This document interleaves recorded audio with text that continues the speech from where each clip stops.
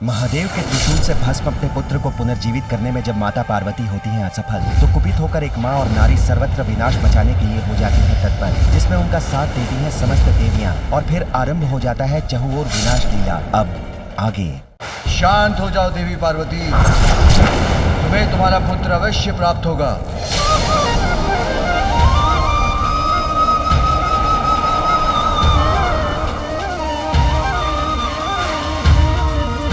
इसलिए नहीं कि तुम संहार कर रही हो, किंतु इसलिए कि पुत्र प्राप्ति की तुम्हारी कामना अत्यंत प्रबल है। क्योंकि तुमसे पूछे बिना मैंने देवताओं को वरदान दिया था, क्योंकि पुत्र प्राप्ति के लिए तुमने इतना कठोर व्रत कर श्री हरि से सुंदर पुत्र पाने का वरदान प्राप्त किया था।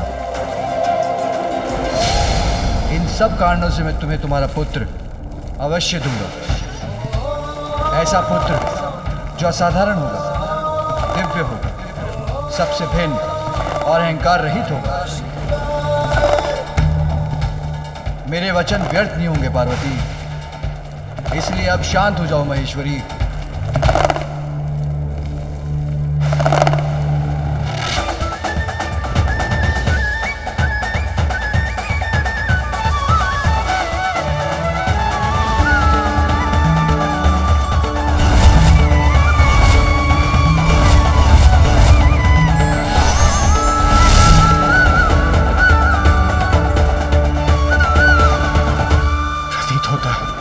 माता का क्रोध शांत हो गया।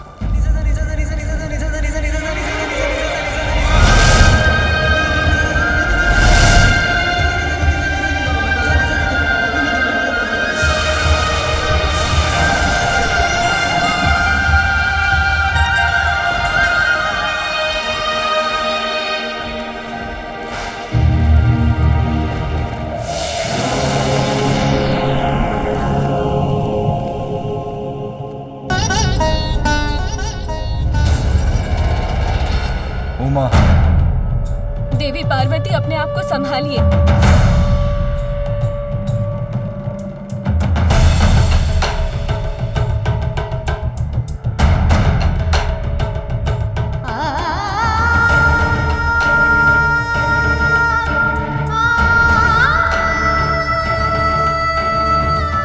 मुझे मेरे पुत्र को देखना है।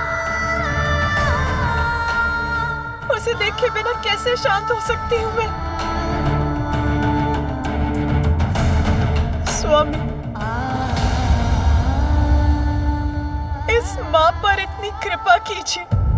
अब अविलंब मेरे पुत्र को जीवित कर दीजिए।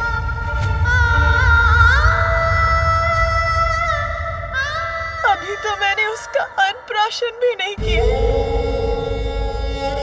मुझे उस पर अपनी स्नेह वर्षा करनी है, उसे अपने हाथों से खिलाना है, दुलारना है, उस पर अपनी ममता उड़ेलनी है। मैं आपसे विनती करती हूँ प्रभु, आप अपना वचन पूर्ण कीजिए। जीवित कर दीजिए मेरे पुत्र को, जीवित कर दीजिए। देवी, इसमें महादेव का कोई दोष नहीं, ये सब मेरे ही कारण हुआ है।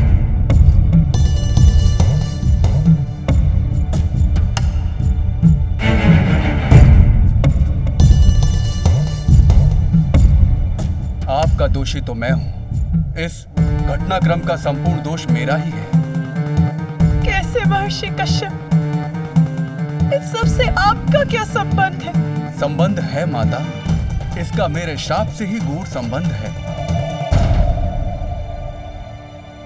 बहुत समय पूर्व महादेव के दो परम भक्त थे, माली और सुमाली,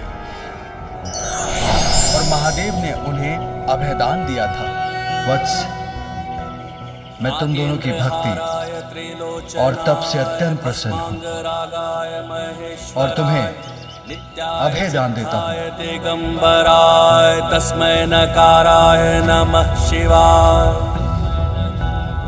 इसके पश्चात एक बार माली और सोमाली का सूर्यदेव के साथ युद्ध हुआ, जिस युद्ध में सूर्यदेव उनका वध करने के लिए तैयार हो गए।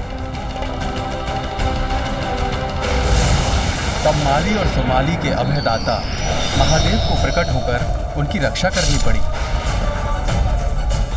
उन्होंने सूर्यदेव पर अपने त्रिशूल का प्रहार कर उन्हें मरणासन अवस्था में उनके रथ से नीचे गिरा दिया। तभी मैं सूर्य का पिता वहां पहुंच गया और मैंने अपने पुत्र सूर्य की देह को दीन अवस्था में पृथ्वी पर गिरा हुआ देखा और तब रोष और संताप से प्रभावित होकर मैंने महादेव को एक अत्यंत अनिष्टकारी श्राप दिया कि जिस प्रकार आज आपके कारण मेरे समक्ष मेरा पुत्र मरणासन अवस्था में गिरा पड़ा है, उसी प्रकार आप स्वयं अपने पुत्र को अपने त्रिशूल से आहत करेंगे महादेव। उस समय मेरे पुत्र की मृत्यु तो नहीं होने दी महादेव आपने, किंतु मैं तो श्राप दे चुका था। वो स्थिर रहा जिसके कारण ही आज यहाँ ये सब घटा। किंतु हे महादेव, आप तो करुणा सागर हैं, सब जीवन के स्रोत हैं, इसलिए मेरी विनती स्वीकार कर मुझे दोष मुक्त कीजिए। अपने पुत्र को जीवित कर दीजिए महेश्वर। आप चाहें तो ये अवश्य संभव होगा। ऋषिवर, अब वही करने का प्रयास करने जा रहा हूं।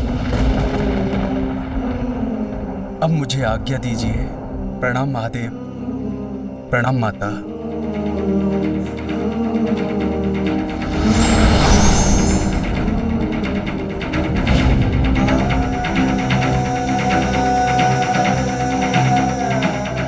देवगण, मेरे पुत्र इस बालक के पार्थिव शरीर को मानसरोवर के पावन जल से धोकर वहां उस गुफा के भीतर रख दीजिए।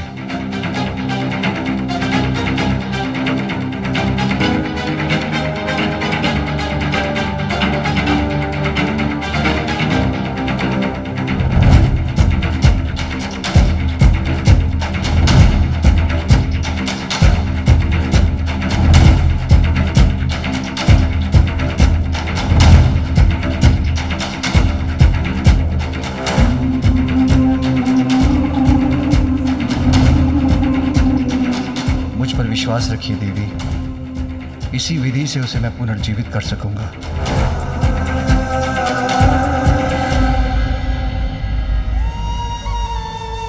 क्या हुआ माँ? आपके मुख पर ये चिंता कैसी? मुझे बताइए माँ, अपनी चिंता का कारण। इस संसार में मैं अपनी सभी चिंताओं को हरने ही तो आया हूँ। माँ का आंचल ही मेरा संपूर्ण संसार है।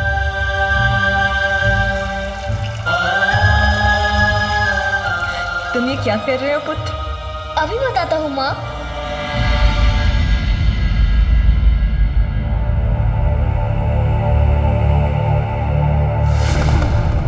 नहीं, अब और नहीं सह सकूंगी मैं। मेरे पुत्र को पुनर्जीवित कीजिए नाथ।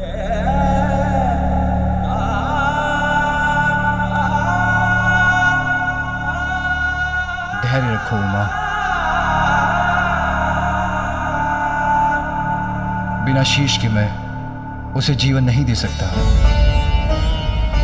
मेरे त्रिशूल के प्रहार से उसका शीश सदा के लिए नष्ट हो चुका है, किंतु उसका भी उपाय है। उसका धड़ किसी और शीश से जोड़ना होगा।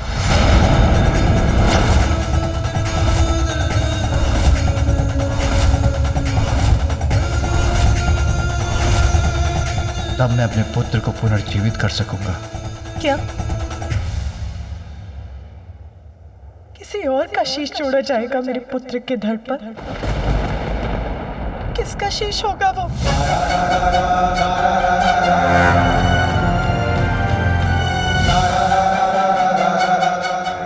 उत्तर दीजिए, किसका शीश दिया जाएगा मेरे पुत्र को?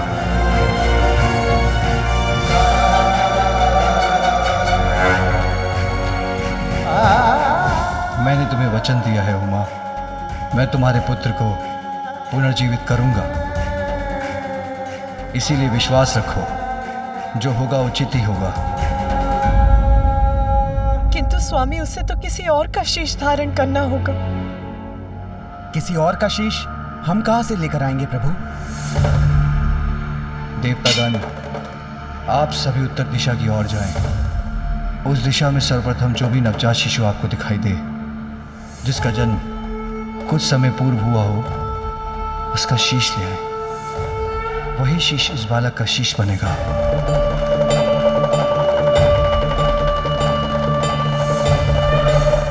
और ये कार्य करते समय 2 बातों का अवश्य ध्यान रखिएगा। उसी नवजात शिशु का शीश लेकर आएं जो दक्षिण दिशा की ओर मुख कर लेटा हो, और ये कार्य दोपहर की अवधि में पूर्ण हो जाना चाहिए।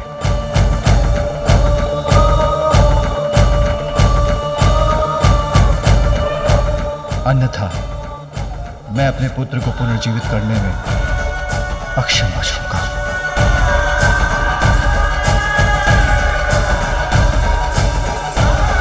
यदि दोपहर के भीतर कोई शीश नहीं मिला तो माता पार्वती का क्रोध पुनः जागृत हो जाएगा।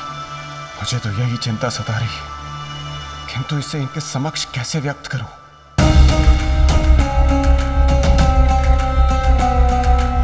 मात्र 2 प्रहर, बस इतना ही अवकाश है मेरे पुत्र के लिए शीश प्राप्त कर उसे पुनर्जीवित करने का।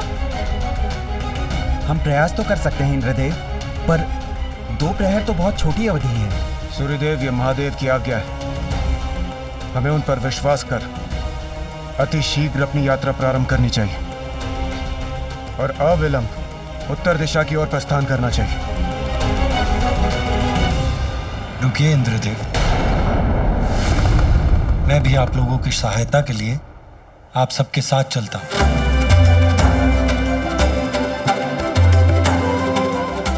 आप निश्चिंत रहिए देवी पार्वती। जिस प्रकार मैंने महादेव को गजासुर के उदर से मुक्त कराने का वचन निभाया था, उसी प्रकार मैं और समस्त देवगण अपने प्रयास से आपको निराश नहीं करेंगे।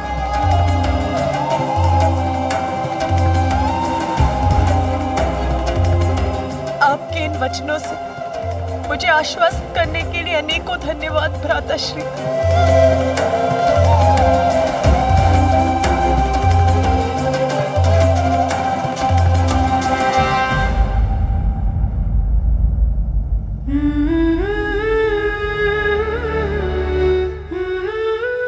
मेरा पुत्र पुनर्जीवित हो जाए, इतनी ही इच्छा है मेरी।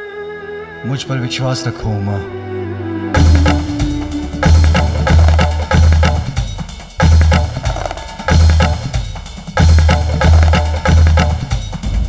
मैं यही हूँ पुत्र, तुम्हारे समीप, तुम्हारी प्रतीक्षा कर रही हूँ, उसी प्रकार जैसे तुम द्वार के बाहर मेरी प्रतीक्षा कर रहे थे। तुम्हें छोड़कर कहीं नहीं जाऊंगी, यही हूँ और यही रहूंगी। बस अब तुम शीघ्र आ जाओ पुत्र, शीघ्र आ जाओ।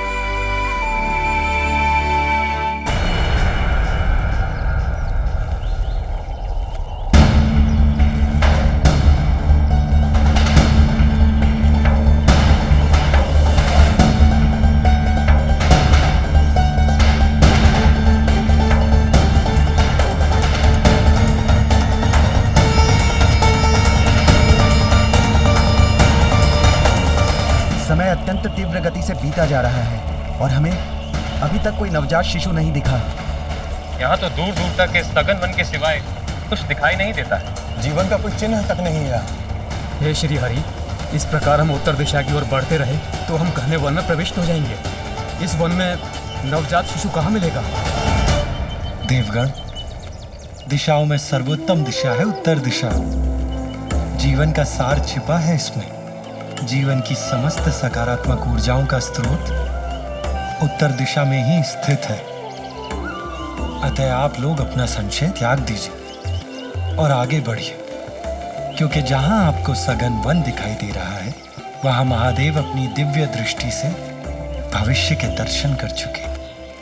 देवी पार्वती और महादेव के जीवन में नवीन अध्याय के आरंभ का स्रोत अवश्य ही हमें इस उत्तर दिशा से प्राप्त होगा। किंतु श्री हरि, हम अपने स्वार्थ के लिए किसी नवजात शिशु के प्राण हर लेंगे, ये कहाँ उचित है? अग्निदेव, महादेव सर्वज्ञ है। उनकी दृष्टि से कुछ नहीं छिपता, सब कुछ ज्ञात है उन्हें। यदि उन्होंने कुछ कहा है तो उसके पीछे अवश्य ही कोई गूढ़ अर्थ छिपा है।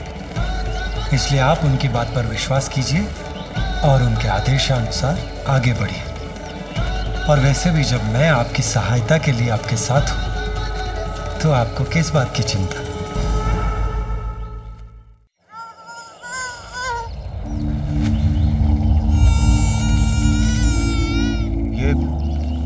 ये शिशु क्रंदन का स्वर उस ओर से आ रहा है। हमें शीघ्र उस ओर चलना चाहिए।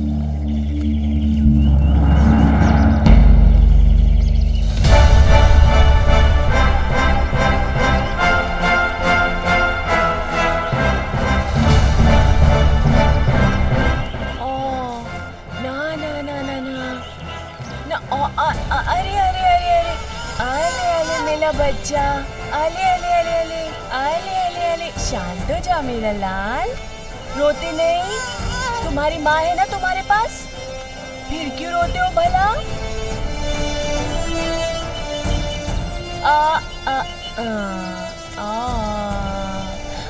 चुप हो जा, चुप हो जा। अवश्य ही यही वो शिशु है जिसके बारे में महादेव ने हमसे कहा था। हाँ, अवश्य यही है हमारी समस्या का समाधान। नहीं वरुण देव, आप भूल कर रहे हैं। भूल? कैसी भूल विष्णुदेव? ये एक शिशु है और नवजात भी, अर्थात हमें इसी का शीश ले जाना है ना? इंद्रदेव,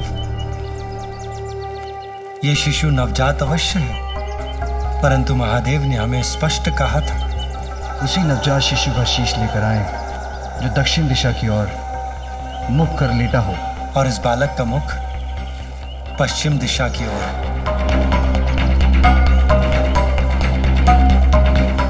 अतः इसका शीश देवी पार्वती के पुत्र के लिए उपयुक्त नहीं है। महादेव ने हमें अवश्य भेजा है, किंतु अपने हृदय में उत्पन्न संशय को मिटा नहीं पा रहा हूं मैं।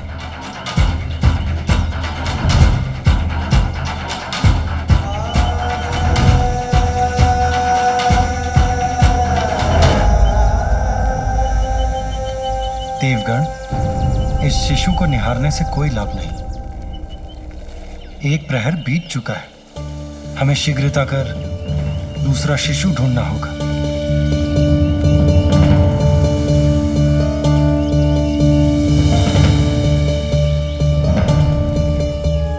आइए देवगण।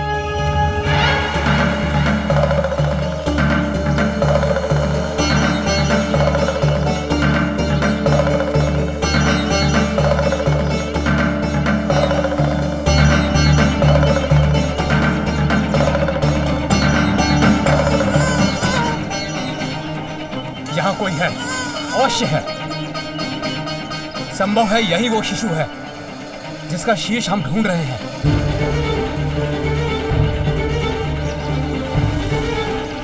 अग्निदेव को कुछ आभास हुआ है, हमें उनकी बात सुननी चाहिए। इस ओर आइए प्रभु।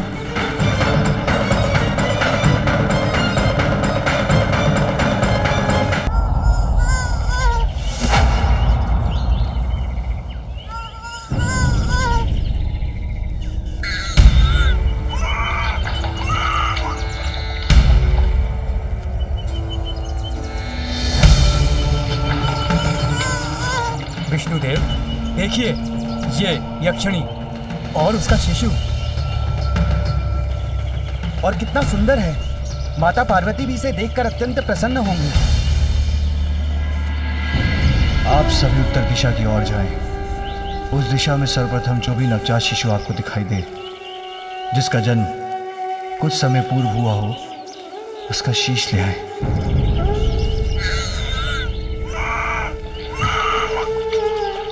आप लोग पुनः भूल कर रहे हैं देवगण। महादेव ने स्पष्ट कहा था कि हमें किसी नवजात शिशु का शीश ढूंढना है, किंतु ये यक्ष शिशु नवजात नहीं है। इसकी आयु 1 वर्ष के समीप है।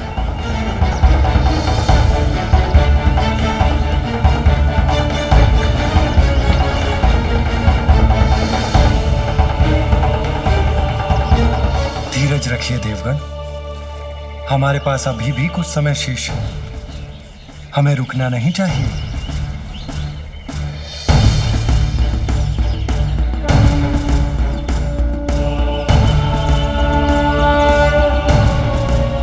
आइए देवगण, आगे बढ़ते हैं।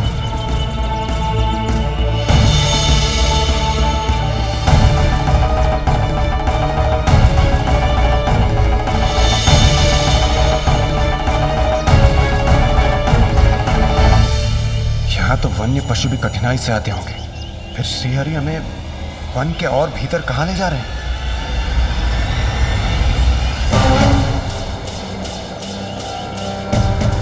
प्रभु श्रीहरि के साथ होते हुए भी मन में शंका उत्पन्न हो रही है। क्या हम किसी शिशु का शीश ढूंढ भी सकेंगे? यहाँ कहाँ मिलेगा कोई शिशु हमें?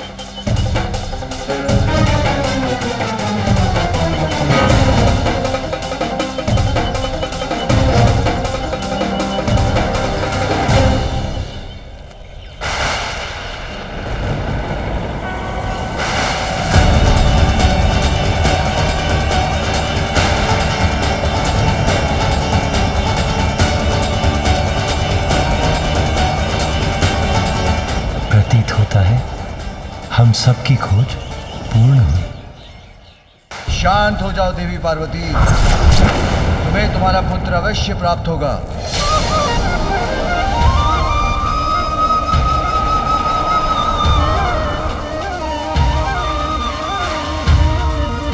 इसलिए नहीं कि तुम संहार कर रही हो, किंतु इसलिए कि पुत्र प्राप्ति की तुम्हारी कामना अत्यंत प्रबल है। क्योंकि तुमसे पूछे बिना मैंने देवताओं को वरदान दिया था, क्योंकि पुत्र प्राप्ति के लिए तुमने इतना कठोर व्रत कर श्री हरि से सुंदर पुत्र पाने का वरदान प्राप्त किया था। इन सब कारणों से मैं तुम्हें तुम्हारा पुत्र अवश्य दूंगा। ऐसा पुत्र जो असाधारण होगा, दिव्य होगा, सबसे भिन्न और अहंकार रहित होगा। मेरे वचन व्यर्थ नहीं होंगे पार्वती, इसलिए अब शांत हो जाओ महेश्वरी।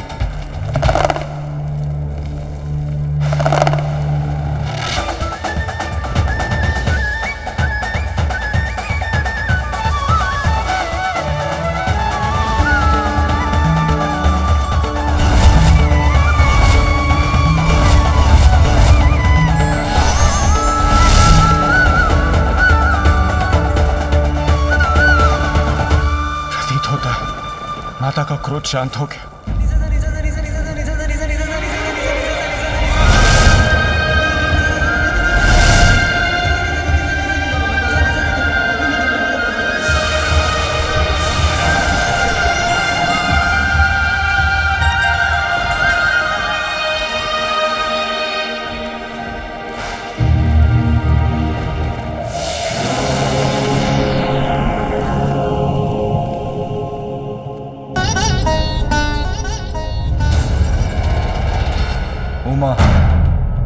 देवी पार्वती, अपने आप को संभालिए।